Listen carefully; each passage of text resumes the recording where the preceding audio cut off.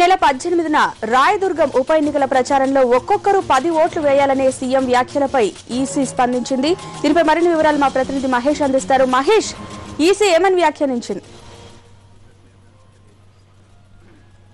ముఖ్యమంత్రి కిరణ్ కుమార్ రెడ్డి రాయదుర్గంలో జరిగినటువంటి ఎన్నికల ప్రచార సభలో మాట్లాడుతూ కొన్ని వ్యాఖ్యలు చేసి ప్రధానంగా ముఖ్యమంత్రి ఆ రోజు అక్కడ హాజరైనటువంటి ప్రజానీకాన్ని ఉద్దేశిస్తూ అందరూ చేతి వేళ్ళని చేతిని వెత్తాలని చెప్పి అడిగాడు. దాంతో పాటు ఆ చేతి వేళ్ళ సంఖ్య ఎంత అవుతుందో అంత సంఖ్యలో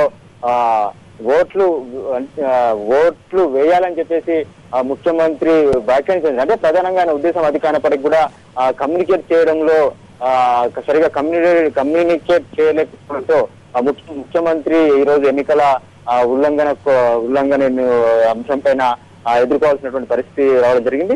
ఆయన ఏవైతే ఆ రోజు వ్యాఖ్యలు చేయడం జరిగిందో ఆ వ్యాఖ్యలు 171D ప్రకారం ఐపీసీ 171D ప్రకారం మోడల్ కోడ్ ఆఫ్ కండక్ట్ ఎన్నికల నియమావళి ఉల్లంఘన అని చెప్పేసి కేంద్ర ఎన్నికల సంఘం గుర్తించడం జరిగింది. అంటే ప్రధానంగా ముఖ్యమంత్రి చేసినటువంటి వ్యాఖ్యలను ముందు రాష్ట్ర ఎన్నికల ప్రధానాధికారి దాన్ని సుమోటోగా స్వీకరించడం జరిగింది. ఆ తర్వాత మిగతా రాజకీయ పార్టీలు కూడా ముఖ్యమంత్రి చేసినటువంటి వ్యాఖ్యలపైన ఆ ఎన్నికల సంఘానికి ఫిర్యాదు చేసినటువంటి నేపథ్యం దీన్ని దృష్టిలో పెట్టుకుని వీటన్నింటిని కూడా కేంద్ర ఎన్నికల సంఘానికి పంపించడం జరిగింది. కేంద్ర ఎన్నికల సంఘం ఈ అంశం పైన స్పందించడం జరిగింది. 31వ తేదీ 12 గంటల లోపు ముఖ్యమంత్రి దీనిపైన సమాధానాలు వివరణ ఇవ్వాలని చెప్తూ ఈ రోజు కొద్దిసేపటి క్రితమే రాష్ట్ర ఎన్నికల ప్రధానాధికారికి ఒక నోటీస్ రూపంలో రావడం జరిగింది. ఈ నోటీసులని కొద్దిసేపటి క్రితమే రాష్ట్ర ఎన్నికల ప్రధానాధికారి సంబంధించినటువంటి ప్రతినిధులు ముఖ్యమంత్రి క్యాంప్ కార్యాలయానికి వెళ్లడం జరిగింది. క్యాంప్ కార్యాలయంలో వ్యక్తిగతంగా ఆ ముఖ్యమంత్రికి నోటీసులను అందజేసి ఆయనతో